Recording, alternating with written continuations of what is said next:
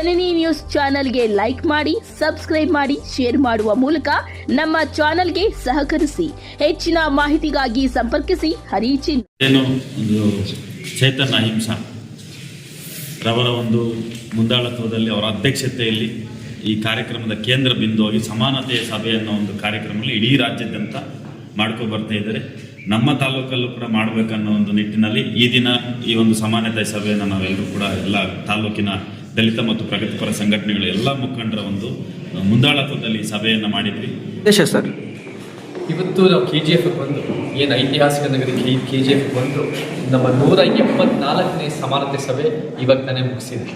ಈ ಸಮಾನತೆ ಸಭೆಯಲ್ಲಿ ಅನೇಕ ಮುಖಂಡರು, ವಿಚಾರವಂತರು, ಹೋರಾಟಗಾರರು ಯಾರ್ಯಾರು ಭಾಳ ದಶಕಗಳ ಕಾಲ ಇಲ್ಲಿ KGFನಲ್ಲಿ ಕೋಲಾರ ಜಿಲ್ಲೆಯಲ್ಲಿ ಚಳುವಳಿಗಳನ್ನು ಮುಂದುವರಿಸಿದ್ದಾರೆ. ಅವರೆಲ್ಲರೂ ಸೇರಿ ನಮಗೆ ಅನೇಕ ವಿಚಾರಗಳು KGF ಬಗ್ಗೆ, ಕೋಲಾರ ಬಗ್ಗೆ ನಮ್ಗೆ ಹಂಚ್ಕೊಂಡಿದ್ದಾರೆ. ಒಂದು ಉತ್ತಮ ಸಮಾಜದ ಕನಸನ್ನು ನಾವು ಅದನ್ನು ಹೆಂಗೆ ನನಸು ಮಾಡ್ಬೋದು ಅಂತ ಉತ್ತಮ ಚರ್ಚೆಗಳಾಗಿದೆ. ಸೊ ಇದೇ ಥರ 174 ಮತಕ್ಷೇತ್ರದಲ್ಲಿ ಸಮಾನತೆ ಸಭೆ ಮಾಡಿದ್ವಿ.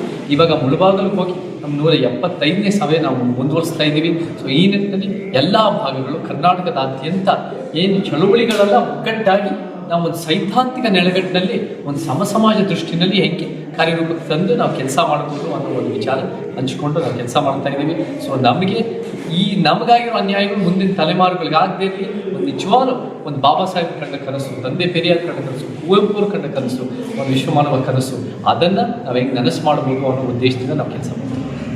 ಒಂದು ಮನುಷ್ಯನಿಂದ ನಮ್ಗೆ ಗೊತ್ತಿಲ್ಲದೆ ಇರೋದು ನಾವು ಅವ್ರನ್ನ ಕಲಿಯೋದು ಬೇಕಾದಷ್ಟಿರುತ್ತೆ. ಇಲ್ಲಿ ಅನೇಕ ವಿಚಾರವಂತರು ಬಂದಿದ್ದರು. ಅವರ ಒಂದು KGF ವಿಚಾರಗಳು, ಇಲ್ಲಿರೋ ಸಮಸ್ಯೆಗಳು, ಮತ್ತು ಕೋಲಾರ ಜಿಲ್ಲೆಯಲ್ಲಿರೋ ಸಮಸ್ಯೆಗಳು, ಮತ್ತು ಅವರ ಹೋರಾಟಗಳನ್ನು ಹೆಂಗೆ ನಮ್ಗೆ ಇವತ್ತಿನ ದಿನ ನಮ್ಗೆ ಸಂಪೂರ್ಣವಾಗಿ ನ್ಯಾಯ ಸಿಗ್ತಾ ಇಲ್ಲ. ಯಾಕಂದರೆ ಎಲ್ಲೋ ಒಂದು ಕಡೆ ಅಧಿಕಾರದ ಪಾಲಲ್ಲಿ ನಮಗೂ ಕೂಡ ಅವಕಾಶ ಸಿಗ್ತಾ ಇಲ್ಲ.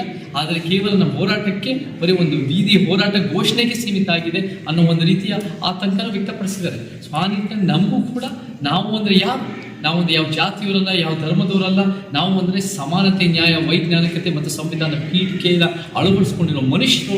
ನಾವು ಕೂಡ ಎತ್ತಿ ಹಿಡಿಬೇಕು ಒಂದು ವಿಚಾರಗಳನ್ನ, ಅಧಿಕಾರ ಕಾನೂನು ರೂಪಿಸೋದಾಗಿರಬೇಕು, ನೀತಿ ಯೋಜನೆ ತರೋದಾಗಬೇಕು ಅನ್ನೋ ಒಂದು ದೊಡ್ಡ ಮಟ್ಟದ ಚರ್ಚೆ ಆಗ್ತಾ ಇದೆ. ಸೊ ಈ ಕೆಲಸ ನಾವು ಮುಂದುವರಿಸ್ತಾ ಇದ್ವಿ. ಈ ಕೆಲಸ ಭಾಳ ಅನೇಕರು ನಮಗೆ ಪಾಯ ಹಾಕಿಕೊಟ್ಟಿದ್ದಾರೆ.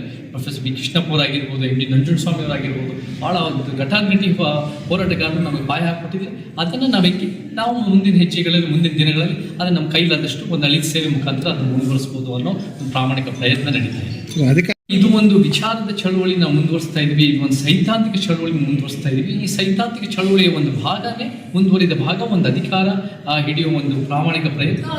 ಅದು ನಾವು ಇವತ್ತೇ ನಾಳೆ ಅಂತ ಹೇಳ್ತಾ ಇದ್ವಿ. ನಾವು ಏನು ನಮಗೆ ಒಂದು ಫೌಂಡೇಶನ್ ಹಾಕಿ ಮುಂದಿನ ತಲೆಮಾರುಗಳಿಗೆ ಅದು ಒಂದು ಸಾಧ್ಯ ಉಂಟಾಗೋ ಒಂದು ಸಾಧ್ಯತೆಗಳು ಮಾಡಿಕೊಡೋದು ನಮ್ಮ ಉದ್ದೇಶ. ಬಟ್ ಏನಿದ್ರು ನಮಗೆ ಈ ಚರ್ಚೆಗಳಾಗಬೇಕು, ಈ ನಿಜವಾಗ್ಲೂ ಒಂದು ಉತ್ತಮ ಪ್ರಜಾಪ್ರಭುತ್ವದಲ್ಲಿ ಈ ಒಳ್ಳೆಯ ಒಂದು ವಿಚಾರಗಳು ಹಂಚ್ಕೋಬೇಕು, ಪ್ರತಿಯೊಬ್ಬರಿಂದ ಕಲಿಯೋದಿರಬೇಕು, ಮತ್ತು ಸಂವಿಧಾನ ಪೀಠಿಗೆ ಎತ್ತಿ ಹಿಡಿಯೋದಾಗಬೇಕು ಅಂತ ನಾನು ಹೇಳಕ್ಕೆ ಇಷ್ಟಪಡ್ತೀನಿ. ನಡೀತಾ ಇದೆ. ನೀವು ಹೇಳಿದಂಗೆ ಕರ್ನಾಟಕದಲ್ಲಿ ಇವತ್ತಿಗೂ ಹೈಕಮಾಂಡ್ ಅನ್ನೋ ಕಾರಣಕ್ಕೆ ಎಲ್ಲರೂ ಫ್ಲೈಟ್ ಹತ್ತಿ ಡೆಲ್ಲಿಗೆ ಹೋಗ್ಬೇಕಾಗಿ ಬಂದಿದೆ. ನಮ್ಗೆ ಯಾವೊಂದು ಕರ್ನಾಟಕತನ ನಮ್ಗೆ ಉಳಿತಾ ಇಲ್ಲ. ಡೆಲ್ಲಿನವರು, ಹಿಂದಿಯನ್ ಪಕ್ಷಗಳು ಬರೀ ಅವರು ಒಂದು ಅಧಿಕಾರದ ಒಂದು ಭೂಮಿ ರೀತಿಯಲ್ಲಿ ಕರ್ನಾಟಕನ ಬಳಸ್ಕೊತಾ ಇದ್ದಾರೆ. ಕರ್ನಾಟಕದ ಜನ ಆಗಿರ್ಬೋದು, ನಮ್ಮ ಗಡಿಭಾಗದ ಜನ ಆಗಿರ್ಬೋದು, ನಮ್ಮ ಕೋಲಾರ ಅಂತೂ ಬೆಂಗಳೂರಿನ ಹತ್ತಿರ ಇದ್ದರೂ ಕೂಡ, ಬೆಂಗಳೂರು ಹತ್ತಿರ ಇದ್ದರೂ ಒಂದು ಪ್ರಾಕ್ಸಿಮಿಟಿನಲ್ಲಿ ಹತ್ತಿರ ಇರ್ಬೋದು, ಬೆಳವಣಿಗೆಯಲ್ಲಿ ಯಾವ ರೀತಿಯೂ ಹತ್ತಿರ ಇಲ್ಲ. ಈ ಭಾಳ ರೀತಿ ನಿರ್ಲಕ್ಷ್ಯ ಆಗಿದೆ. ಇದೆಲ್ಲ ದೊಡ್ಡ ಪ್ರಮಾಣದ ಅನ್ಯಾಯಗಳು ನಡೀತಾ ಇದೆ. ಆ ಅನ್ಯಾಯಗಳಿಗೆ ಪರಿಹಾರ ನಾವು ಕೊಡಬೇಕು.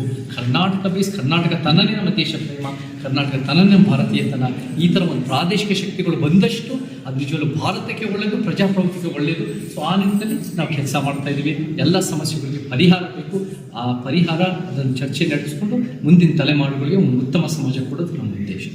ಯಾವುದಾದ್ರೂ ಪರಿವರ್ತನೆ ಆಗಿದೆ ಅಂದರೆ ಅದು ಕಾನೂನು ರೂಪಿಸೋದು, ನೀತಿ ಯೋಜನೆ ತರೋರಾಗಿರಬೇಕು, ಮತ್ತು ರಾಜಕೀಯ ಹಿಡಿಯೋದು ಕೂಡ ಭಾಳ ಮುಖ್ಯ. ನಮಗೆ ಬಾಬಾ ಸಾಹೇಬ್ ಹೇಳಿದ್ದಾರೆ, political power is the master key ಅನ್ನೋ ರೀತಿಯಲ್ಲಿ open all doors and open all locks ಅಂತ ನಮಗೆ ಹೇಳಿದ್ದಾರೆ. ಅದು ಕೂಡ ಅವರು ಕೂಡ ಯಶಸ್ವಿ ಮಾಡಿದ್ದಾರೆ. ಇಂಡಿಪೆಂಡೆಂಟ್ ಲೇಬರ್ ಪಾರ್ಟಿನಲ್ಲಿ 17 ಸೀಟ್ನಲ್ಲಿ 15 ಸೀಟ್ ಅವರು ಸೇರಿ ಅವ್ರು ಗೆದ್ಕೊಂಡು ಬಂದಿದ್ದಾರೆ. ಸೊ ಆ ರೀತಿಯಲ್ಲಿ ಅನೇಕರು, ತಂದೆ ಪೆರಿಯಾರು, ದ್ರಾವಿಡ ಒಂದು ಚಳುವಳಿ, ಒಂದು ಪ್ರಾದೇಶಿಕ ಶಕ್ತಿ ಅನ್ನೋದು ಇವತ್ತಿಗೂ ತಮಿಳುನಾಡಿನಲ್ಲಿದೆ.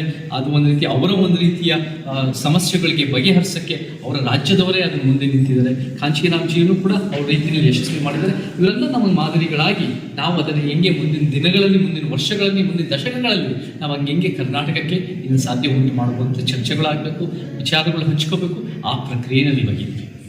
ಏನು ಒಂದು ಚೇತನ್ ಅಹಿಂಸಾ ರವರ ಒಂದು ಮುಂದಾಳತ್ವದಲ್ಲಿ ಅವರ ಅಧ್ಯಕ್ಷತೆಯಲ್ಲಿ ಈ ಕಾರ್ಯಕ್ರಮದ ಕೇಂದ್ರ ಬಿಂದುವಾಗಿ ಸಮಾನತೆಯ ಸಭೆ ಅನ್ನೋ ಒಂದು ಕಾರ್ಯಕ್ರಮದಲ್ಲಿ ಇಡೀ ರಾಜ್ಯಾದ್ಯಂತ ಮಾಡ್ಕೊ ಬರ್ತಾ ಇದ್ದಾರೆ.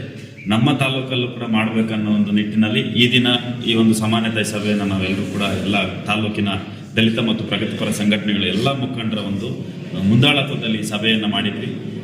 ನಮಗೂ ಕೂಡ ಈ ಸಭೆಯಲ್ಲೇ ಗೊತ್ತಾಯಿತು, ಇದೊಂದು ರಾಜಕೀಯ ಅಧಿಕಾರದ ಒಂದು ಗತ್ತಿಗೆಯನ್ನು ಹಿಡಿಯುವಂಥ ಒಂದು ಮುಂದಾಳತ್ವದಲ್ಲಿ ನಾವು ಸಾಕಬೇಕಾಗಿದೆ.